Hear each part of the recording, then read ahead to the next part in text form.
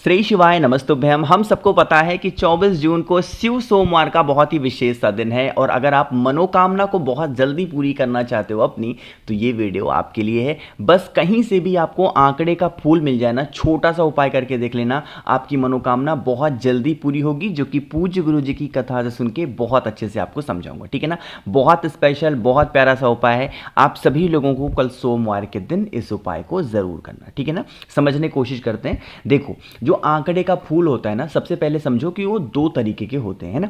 एक आपको इस तरीके से हल्का सा पर्पल, हल्का सा बैगनी कलर का दिखता है और एक पूरा व्हाइट कलर में होता है, बिल्कुल सफेद होता है, उसमें और कोई कलर नहीं होता। इन दोनों फूलों का इस्तेमाल आप दो अलग अलग तरीकों से कर सकते हो। ठीक, चलो आपको क्या करना है, सबसे पहले मैं आपको बता दे रहा हूं कि अगर आपके पास में सफेद आंकड़े का फूल है तो आपको क्या फायदे होंगे। स्क्रीन पे आप सभी को तांबे का लोटा दिख रहा, उस तांबे के लोटे में जल भरना। ठीक है ना, जल को लेकर के और पहुंच जाना महादेव के शिवलिंग के पास। फेस रखिएगा उत्तर दिशा, नॉर्थ डायरेक्शन। उसके बाद में नियम समझेंगे।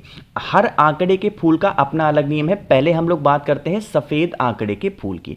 अगर आपके घर में कोई भी व्यक्ति बीमार पड़ा है बरसों से, तो सफेद आंकड़े के फूल का इस्तेमाल किया जाता। आपको क्या करना है, उस बीमार व्यक्ति का नाम और गोत्र बोल करके आपको उस सफेद आंकड़े के फूल को महादेव के शिवलिंग के ठीक ऊपर समर्पित करना है और उसके बाद में एक लोटा शुद्ध जल तांबे के लोटे से श्री शिवाय नमस्तुभ्यम का जप करते हुए समर्पित करना। यह तो बात हो गई आंकड़े के सफेद फूल की, जो कि हम लोग को करना होता है बीमारी के लिए। आगे हम लोग बात कर लेते हैं कि अब भैया ये बता दो कि जो पर्पल कलर का है, बैगनी कलर का जो हमें आंकड़े का फूल होता है, इसके क्या फायदे हैं। अब देखो, अगर मान लीजिए कि आपकी बहुत सारी ऐसी कोई मनोकामना है कि आपने व्रत भी कर लिया, उपवास करके देख लिया, सब कुछ करके देख रहे हो, बट आपकी मनोकामना पूरी नहीं हो रही है, तो सिंपल सा उपाय फिर से करना है। तांबे के लोटे में जल भरना अपने घर से, उस बैगनी कलर के आंकड़े के फूल को उठाना, फेस रखना उत्तर दिशा, नॉर्थ डायरेक्शन। अब यहां पे तरीका समझिएगा। आपको पता है महादेव का पूरा परिवार शिवलिंग के ऊपर ही विराजमान है, पता है आपको। तो ये जो स्थान आपको दिखता है शिवलिंग पे, ये किसका स्थान है? ये है माता अशोक सुंदरी का, जो कि भोले शंकर की सबसे प्रिय पुत्री हैं। आपको इसी स्थान पे जो आपने पर्पल कलर का, बैगनी कलर का आंकड़े का फूल लिया है, पहले आपको यहां पर उसको समर्पित करना है अपनी मनोकामना, अपनी विशेष को कहते हुए। ठीक है ना, फिर आप इसी आंकड़े के फूल को फिर से उठाना और उठाने के बाद में उसी आंकड़े के फूल को महादेव के शिवलिंग के ऊपर समर्पित करके एक लोटा शुद्ध जल तांबे के लोटे से श्री शिवाय नमस्तुभ्यम का जप करके अगर आप समर्पित कर देते हैं, तो आपकी बरसों पुरानी जो भी मनोकामनाएं हैं, विशेष हैं, भोलेनाथ शिव शंभो आपकी वो सारी मनोकामना पूरी जरूर करेंगे। ठीक है ना, बहुत छोटा सा आसान सा उपाय था, आप सभी को करना चाहिए। अगर दोनों में से कोई भी आंकड़े के फूल आपको मिल जाते हैं, उन दोनों के उपाय अलग अलग होते हैं। ठीक है ना, चलो आगे बढ़ते हैं। सोमवार पे करने वाले हम लोग अपने दूसरे उपाय की तरफ, और ये उपाय भी आपको कल जरूर करना चाहिए। ठीक है ना, बात करते हैं कि भैया इस उपाय के बेनिफिट क्या होंगे। जैसे मान लीजिए कि आपके घर में किसी भी प्रकार का कोई कष्ट है, चाहे वो धन का कष्ट हो, चाहे फैमिली को लेके हो, व्यापार को लेके हो, नौकरी को लेके हो, इच्छा को लेके हो, कैसा भी कष्ट है ना, उसके लिए आपको एक पीपल के पत्ते लेने हैं। इससे ज्यादा मत लेना, सिर्फ एक पीपल का पत्ता लेना।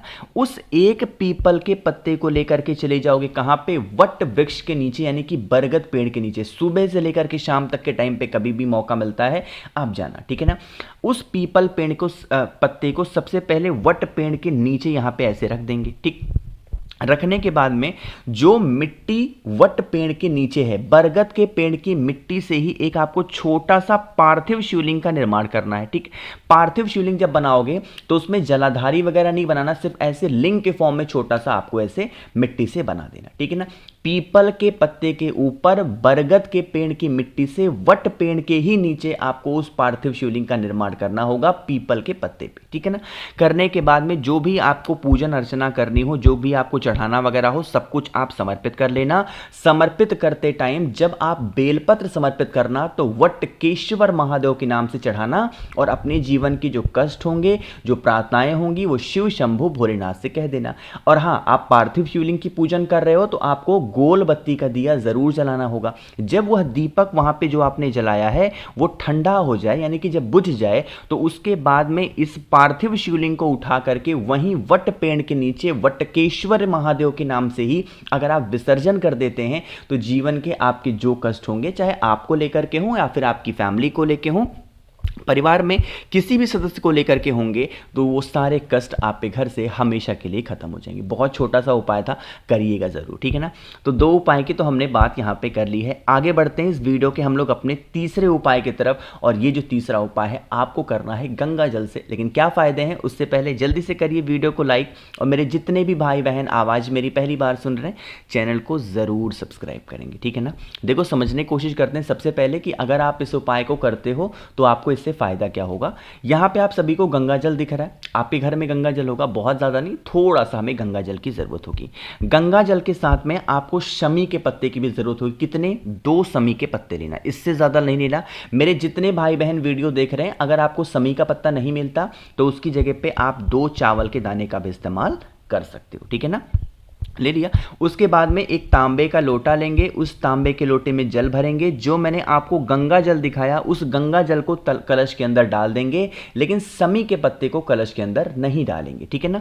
इस कलश को उठाना, शमी पत्र को लेना और पहुंच जाना महादेव के शिवलिंग के पास में। आप अपने घर से जो कलश, जो तांबे के लोटे में जल भर के लाए हो, उसको सबसे पहले महादेव के शिवलिंग के पास में यहाँ नीचे रख देना। रख दिया।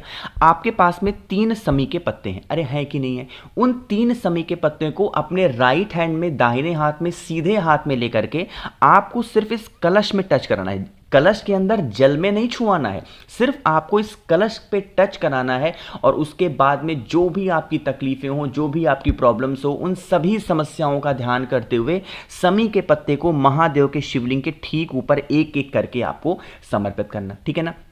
समर्पित कर दिया। अब जब शमी पत्र को समर्पित कर दिया तो फिर आप इस तांबे के लोटे के जल को फिर से उठाना, और उसके बाद में चंपेश्वर महादेव, सोमवार के दिन चंपेश्वर महादेव के नाम से हमारे जीवन के जो कष्ट होते हैं वो खत्म होते हैं। तो चंपेश्वर महादेव के नाम से इन्हीं शमी पत्र के ऊपर 1 लोटा जल चढ़ा देना। यकीन मानिए जीवन की जो तकलीफें होंगी, बहुत प्रॉब्लम में हो, बहुत परेशान हो गए हो, तो वो सारी समस्याएं धीरे धीरे करके खत्म जरूर हो जाएंगे, है ना। भूलिएगा नहीं कोई लोग, हर व्यक्ति को, हर इंसान को इस उपाय को जरूर करना होगा। आगे बढ़ते हैं इस वीडियो के सबसे आखिरी और बहुत ही छोटे से उपाय की, जिससे आप अपने घर के किसी भी व्यक्ति के जो क्रोध होंगे, जो लड़ाई होगी घर की, उसको आप बहुत आसानी से, बहुत ही कम शब्दों में आप पूरी कर सकते हो। बहुत ही आसान सा उपाय, ठीक है ना। समझिएगा, यहां पे आपको चावल के बहुत सारे दाने दिख रहे हैं, इतना ज्यादा नहीं लेना। आपको मात्र 7 चावल के दाने लेने। कितने? मात्र 7 चावल के दाने लेने।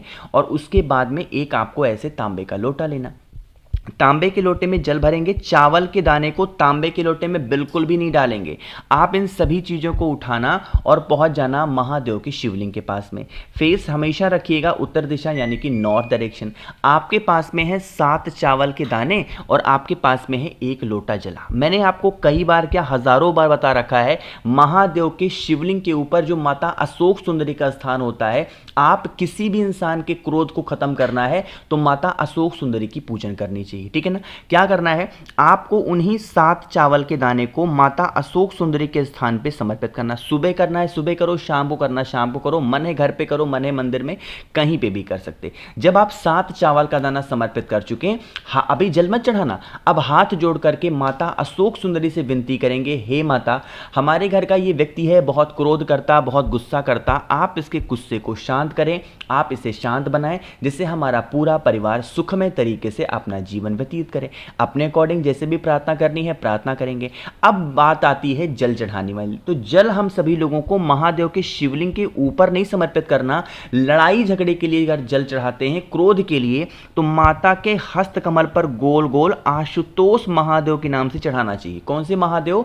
आशुतोष महादेव के नाम से अगर आप समर्पित कर देते हैं तो आपको यकीन होगा कि जो भी व्यक्ति आप पे घर में क्रोध कर रहा, गुस्सा कर रहा, बहुत परेशान करके रख दिया सभी को, उस इंसान का गुस्सा धीरे धीरे करके शांत जरूर हो जाएगा। तो मैंने कोशिश की है आप सभी को बहुत ही अच्छे से प्यार से समझाने की। वीडियो पसंद आई हो तो लाइक ज़रूर करिएगा। कुछ पूछना है, नहीं समझ में आया, नीचे कमेंट सेक्शन में पूछें।